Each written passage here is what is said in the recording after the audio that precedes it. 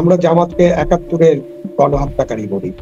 তাদের পরিচয় হচ্ছে 71-এ তারা খুন করেছেন, পাকিস্তানি জান্তার সাথে তারা করে সহযোগিতা করে বুদ্ধিজীবী নিধন করেছেন, এসব অভিযোগ তাদের বিরুদ্ধে আছে। আমি অভিযোগের কথা বলি, শেখ মুজিবের বিরুদ্ধে, বঙ্গবন্ধুর বিরুদ্ধে অভিযোগ আছে, তিনিও খুনের সাথে যুক্ত ছিলেন। তখন সিরাজ শিকদারকে হত্যা করা হয়েছিল বিনা বিচারে। আরো অনেক জামাতের অনেক নেতা কর্মী নিহত হয়েছিলেন, বামপন্থী দলের, সিরাজ শিকদার দলের অনেক নেতা কর্মী নিহত হয়েছেন, এরকম অভিযোগ আছে। আমি অভিযোগের পক্ষে প্রমাণও, জিয়াউর রহমানকেও খুনি বলা হয়, এরশাদকে খুনি বলা হয়, খালেদাকে খুনি বলা হয়, খালেদা জিয়াকে, শেখ হাসিনাকে খুনি বলা হয়। তা আমরা গত 54, 55 বা 55 বছরে আর 2 বছর যদি যোগ করি, 71 থেকে শুরু করে আজকে 2024 পর্যন্ত আমরা এমন কোন রাজনৈতিক দল যারা ক্ষমতায় গেছেন তাদেরকে দেখলাম না যে তারা শান্তিপূর্ণভাবে ক্ষমতা হস্তান্তর, 2-1বারও ঘটেছে, এটা অস্বীকার করার উপায় নেই, কিন্তু তারা যখন ক্ষমতা থেকে গিয়েছেন গণরোষের মধ্য দিয়ে, তখন তাদেরকে সবাই খুনি এবং দুর্নীতিবাদ তকমা দিয়েছে। মুক্তিযুদ্ধে নেতৃত্বকারী দল আওয়ামী লীগ তারা আসলে ছিল না। অন্যদিকে বিরোধিতাকারী দল জামাত ইসলামী তারা ছিল সক্রিয়। এই মাসেই, মানে এই মাসের পুরোটা যদি বলি, জাতীয় স্লোগান বাতিল হলো, জয় বাংলা স্লোগান বাতিল হলো, যেটি ছিল আগে জাতীয় স্লোগান করা হয়েছিল। ছাত্ররা, বৈষম্য বিরোধী ছাত্র নেতারা বরং অন্য একটি স্লোগান তাদের মুখে মুখে, ইনকিলাব জিন্দাবাদ। আগে আমরা দেখেছি, মানে আপনি বলছিলেন যে কিছু পরিবর্তনের কথা, বঙ্গবন্ধুকে নিয়ে অতি প্রচার দেখতাম, বিভিন্ন জায়গায় মাইকে বাজানো হতো, ভাষণ চলতো সারা বাংলাদেশ জুড়ে একদম। সেটি তো একদমই নাই, বরং কোথাও আসলে নেই শেখ মুজিবের নাম। তাকে বরং ফ্যাসিবাদের জনক এরকম একটা তকমা দেওয়া হয়েছে। সম্প্রতি তাকে জাতির জনকও মানা হচ্ছে না এই সময় সরকার এর পক্ষ থেকে, মানে সরকার মানে না এরকমটি বলছেন। 24 এবং 71-কে সমমর্যাদায় দেখতে চাচ্ছেন ছাত্র নেতাদের অনেকেই।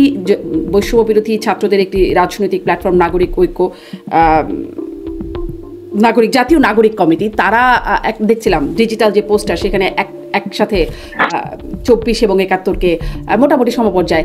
আপনার কি মনে হয়, মানে এই বিষয়গুলো, আপনিও বলছিলেন যে পরিবর্তন যেগুলো চোখে এসেছে বা আপনি দেখেছেন, সাধারণ মানুষের কাছে এই বিষয়গুলো কিভাবে যাচ্ছে?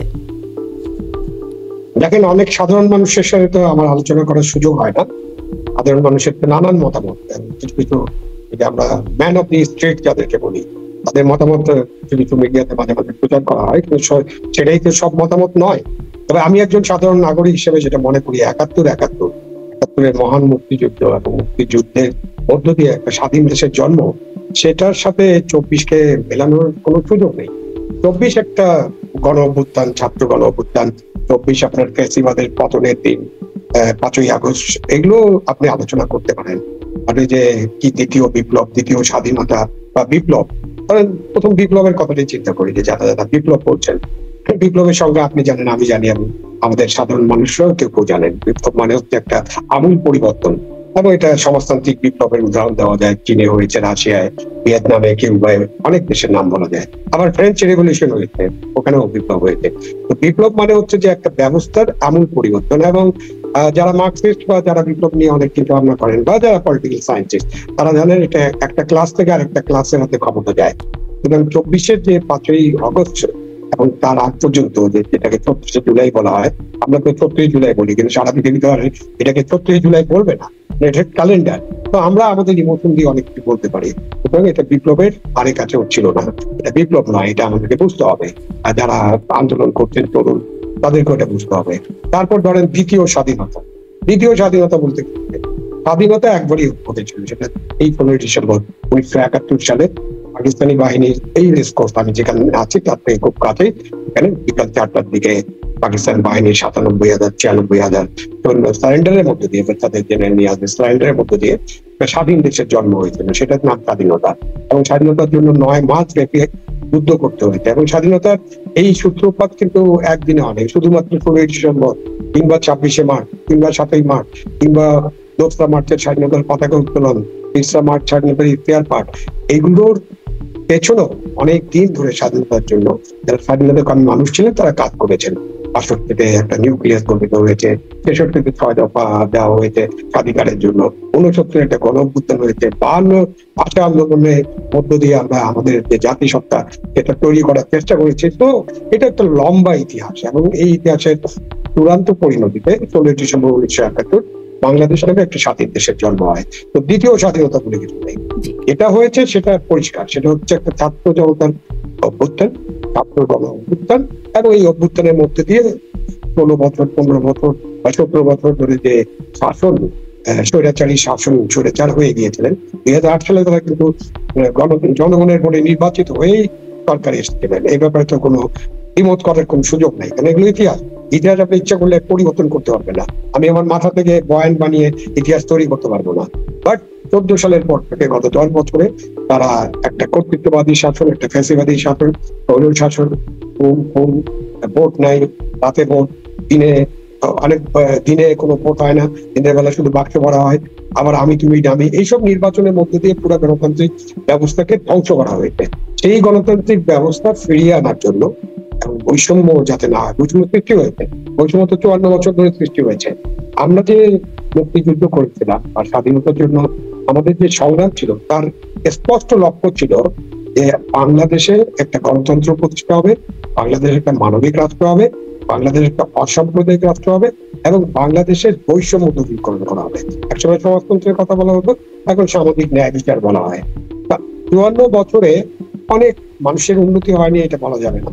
আমি 54 বছর আগে 71-এর মুক্তিযুদ্ধে যখন মাঠে মাঠে ঘুরেছি, তখন অনেক মানুষের পরনে আমি নেংটি দেখেছি, গেঞ্জি ছিল না, শাড়ি পরা মহিলারা শাড়ি শুকিয়ে আবার সেটা পরতে গোসল করার পরে, তো পায়ে স্যান্ডেল ছিল না। ওইখান থেকে আপনি যদি দেখেন তাহলে দেখবেন যে আমাদের মানুষের এখন পোশাক আছে, কিছু কাজকর্ম আছে, কিন্তু মানুষের বৈষম্য যেটা ছিল, তখন 22 পরিবার ছিল, এখন 22,000 নাকি 22 লক্ষ পরিবার রয়েছে, এটা খুঁজে বের করতে হবে। যাদের হাতে সম্পদ কর্তৃগত হয়েছে, ধনী এবং গরিবের ব্যবধান বেড়েছে, যেটার জন্য স্বাধীনতা যুদ্ধ হয়নি। সুতরাং আজকের যে ছাত্র গণ অভ্যুত্থান, এখানেও কিন্তু ছাত্রদের পরে গণমানুষের যে পার্টিসিপেশনটা আপনি দেখেছেন বা আমরা দেখেছি, ভিডিও ফুটেজও আছে আমাদের সকলের কাছে, সবাই দেখতে পারে ইচ্ছা করলে, যে সেখানে সাধারণ মানুষের অংশগ্রহণ ছিল। মুখে মজুর, রিক্সাওয়ালা, ছোট দোকানদার, ফুটপাতে যিনি চা বিক্রেতা, এরকম অনেক মানুষের অংশগ্রহণ ছিল। এবং অংশগ্রহণটা ছিল দ্রব্যমূল্যের কষাঘাতে তারা জর্জরিত ছিলেন, তারা সিন্ডিকেটের দাপটে তারা ঠিকমতো জীবন যাপন করতে পারেন না, তারা যে আয় করতেন, আয় বৈষম্য এমন ভাবে সৃষ্টি হয়েছিল সেই আয় দিয়ে তারা সংসার নির্বাহ করতে পারতেন না। সুতরাং তাদের মধ্যে এখন আসলে বৈষম্য বিরোধী তার কথা বলা হচ্ছে, সেই বৈষম্য কতটা কাটছে সেটা নিয়ে জানতে আমি হয়তো একটু পরবর্তীতে চাইব।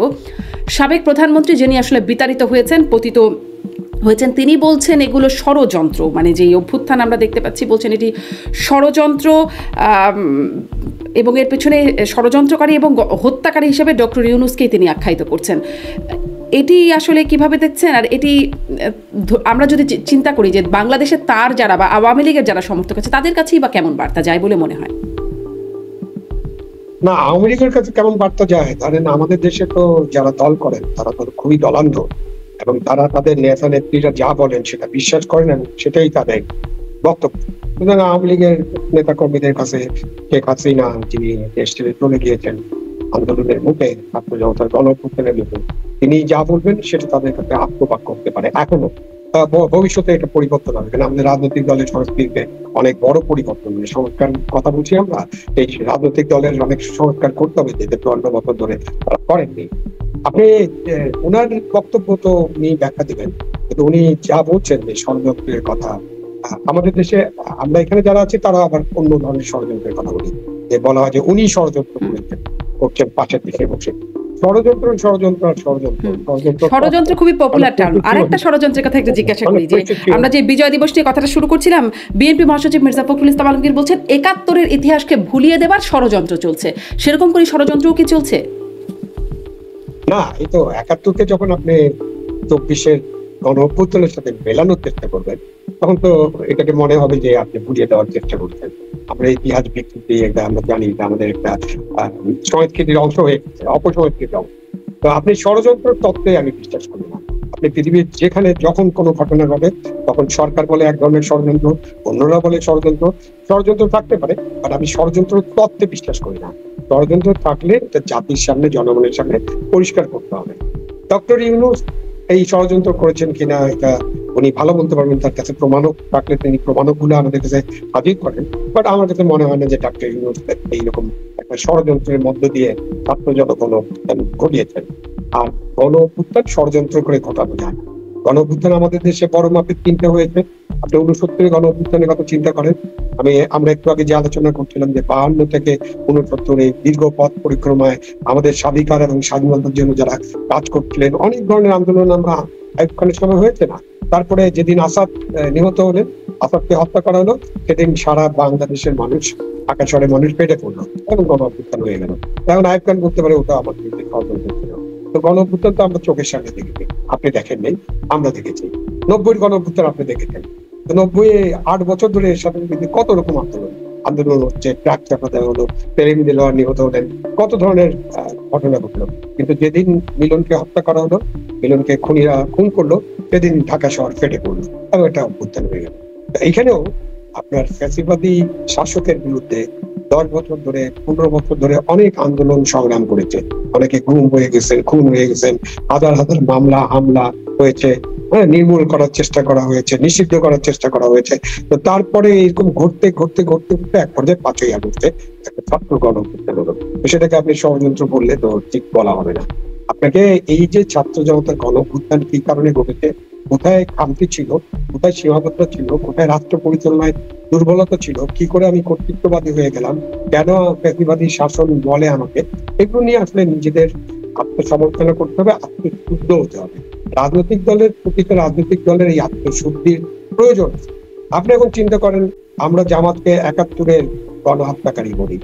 তাদের পরিচয় হচ্ছে 71-এ তারা খুন করেছেন, পাকিস্তানি জান্তার সাথে তারা সহযোগিতা করে বুদ্ধিজীবী নিধন করেছেন, এসব অভিযোগ তাদের বিরুদ্ধে আছে। আমি অভিযোগের কথা বলি, শেখ মুজিবের বিরুদ্ধে, বঙ্গবন্ধুর বিরুদ্ধে অভিযোগ আছে, তিনিও খুনের সাথে যুক্ত ছিলেন। তখন সিরাজ শিকদারকে হত্যা করা হয়েছিল বিনা বিচারে। আরো অনেক জামাতের অনেক নেতা কর্মী নিহত হয়েছিলেন, বামপন্থী দলের, সিরাজ শিকদার দলের অনেক নেতা কর্মী নিহত হয়েছেন, এরকম অভিযোগ আছে। আমি অভিযোগের পক্ষে প্রমাণও আছে।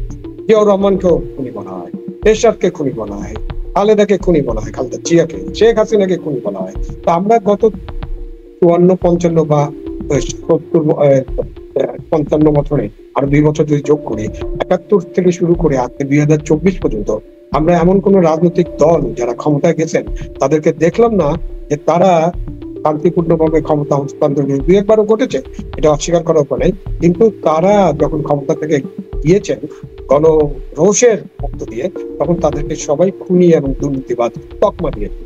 এখন ধরেন যে এই যে 16 ডিসেম্বরে যখন আলোচনা করছি, 54তম বিজয় দিবসের পরের দিন, তখন নিশ্চয়ই আমাদেরকে ভাবতে হবে যে আমাদের কোথায় খামতি আছে, কোথায় সীমাবদ্ধতা আছে, কেন রাজনৈতিক দলগুলোকে এই তকমা নিয়ে যেতে হয়েছে। এটা জানতে হবে, বুঝতে হবে, নিজেরা আত্মশুদ্ধি করবেন, অথবা তাদেরকে তাদের ডিফেন্সটা দিতে হবে যে আমাদেরকে যে তকমা দেওয়া হয়েছে সেই তকমাটা সঠিক না, সেটা তারা করতে পারেন। অথবা তকমা যাতে এরপরে তো রাজনৈতিক দলের এই ক্ষমতায় আসবেন, নতুন রাজনৈতিক দল হবে।